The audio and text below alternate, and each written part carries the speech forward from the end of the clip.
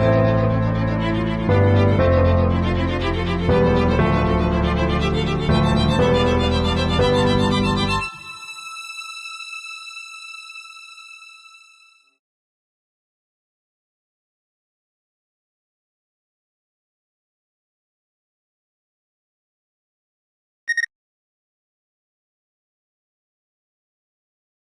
a mother of 4. I have a 12-year-old, 10-year-old, 8-year-old, 4-year-old, and decided to stop there. But one of the other things is being an educator, and I love what I do.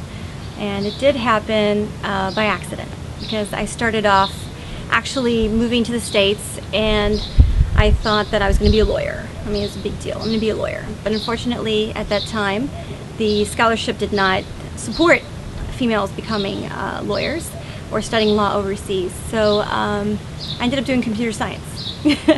And in the beginning, it seemed like fun. I mean, you know, analysis and kind of figuring stuff out and programming was really exciting. And then I got my first C, I think it was. It was devastating. And realized I was doing really well in English literature. And it was at that time I decided to switch. I was fortunate, I switched. Graduated with a BA in English Lit, and was like, now what? What am I going to do with an English degree? Brochures, you know, I don't know, editing, that seemed like the only thing I was going to do. And that's kind of how teaching came about. I was fortunate, I had an Arabic teacher when I was taking Arabic classes, and a bunch of us, he requested a bunch of us go to a local charter school, this is in the States, and teach Arabic, which is fun. So we did like the harufs, and you just learn the letters and stuff like that. And I loved it. It was a lot of fun. The kids were great. And that's why I decided afterwards I was going to get a teaching degree. And I got my master's from the U.S. In education, curriculum and instruction. And I was really involved in looking at multicultural literature. I love telling stories. I had my daughter, as a matter of fact, 4 days before I graduated with my BA. So it was really interesting for me, and I wanted to know what kind of things to expose her to, because now she's going to learn how to sort of make her cultural imprint in this world. And it was, you know, is it going to be the blonde Barbie or the Fallah, right? And so you have these choices. And for me, it was like really important. I mean, when I was pregnant, I had to eat right, you know, wouldn't eat turkey, like everything had to be cooked. And I'm reading books, and you know, I can't do this because it's not good for her brain. So it was the same thing about stories and music, and you know, am I going to play Quran and stuff like that for her in order for her to sort of understand her place in this world. And that's sort of how it started. And yeah, I guess that was one part of the journey with me and my daughter, and that's kind of how my perspective on this world made it important for me. Everyone knows the Cinderella story, and you know, you have this blonde with a blue dress if you look at Disney version, for example. But then you can look at like Yexin and the Chinese version of the story. I mean, yes, there's a debate of who seems stronger in the stories that are being told, but I think it's that perspective that's important when you share it with your child.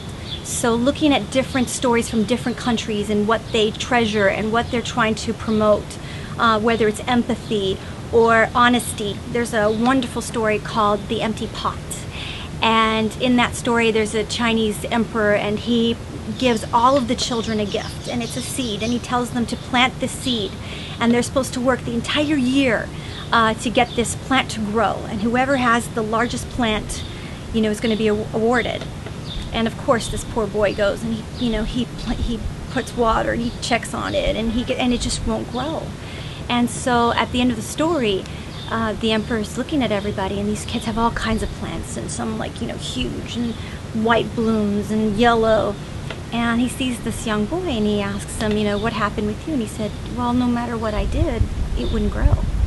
Well, the point of the story is actually he gave them dead seeds. So he realized that this kid is an honest child. And it's one of those things where when you share it with your kids, they can kind of get a sense of what you're trying to teach them without sort of directly teaching it to them. And it's one of those things where I feel like, you know, as a parent, we really have to make that extra effort in assisting our kids in understanding, I guess, how the world works and what is valued. I believe in authenticity. as individuals. And it has been said before that sometimes we don't think of ourselves or become authentic until we're kind of pushed out into an environment where we become a minority. And I think for females, for example, in Saudi or in any other countries, depending on how you are viewed, we sometimes look at that through a lens and then, want to project maybe something that contradicts it or maybe something that complies with it. I just believe in order for everyone to be authentic, you need to be yourself and love who you are. And you have to make sure that every decision that you make, I believe, is authentic. It needs to be something that's real for you. Like I said, I love my daughter who's 12 and she wants to be an engineer. I really don't want her to be an engineer. I'd love it if she was a doctor. I think every parent wants their kid to be doctors. But I love the fact that, I can buy something from IKEA and she's ready to build. And I think that if we, as parents and community members, provide opportunities for our generations, the generations to come, and even people now who are hungry for knowledge, we need to provide that playing field. And that's what's going to help you in the future. Definitely. I've been working on several projects. One of the things now is trying to empower young women with education, and not so much in the bigger cities, but sort of the smaller towns around. So that way they have access to education, and that can be done now with the internet. We know we've got all kinds of online blended learning options, younger people and others that want to learn certain things, that they have access to that, and that's important. So whether it's in their language, if it's culturally acceptable, and they feel that they can gain something out of that and then perhaps get a job. If they love crochet and they want to do crochet, well, that's fine. Well, now open a business, doing that, or find a way to learn how to expose yourself and to market that. And I think that's very important. I definitely see it as a positive. I know there's gripes. I know sometimes people complain, and sometimes it's the trivial things like we need to drive, and I think there's a lot more going on. And I think those people who are actually doing and not on the sideline kind of cheering or booing, they're the ones who are actually pulling through. And I think that's important. I think if you sit back and you want to complain about something, ask yourself, are you actively doing something, whether to help yourself, sort of flourish and become what you want to become, or if you're one of those cheerleaders or, the ones that are kind of booing. And if you're the one booing, then, please make a change. Go out and do something that you love. Yes, of course we can do it. We can do anything.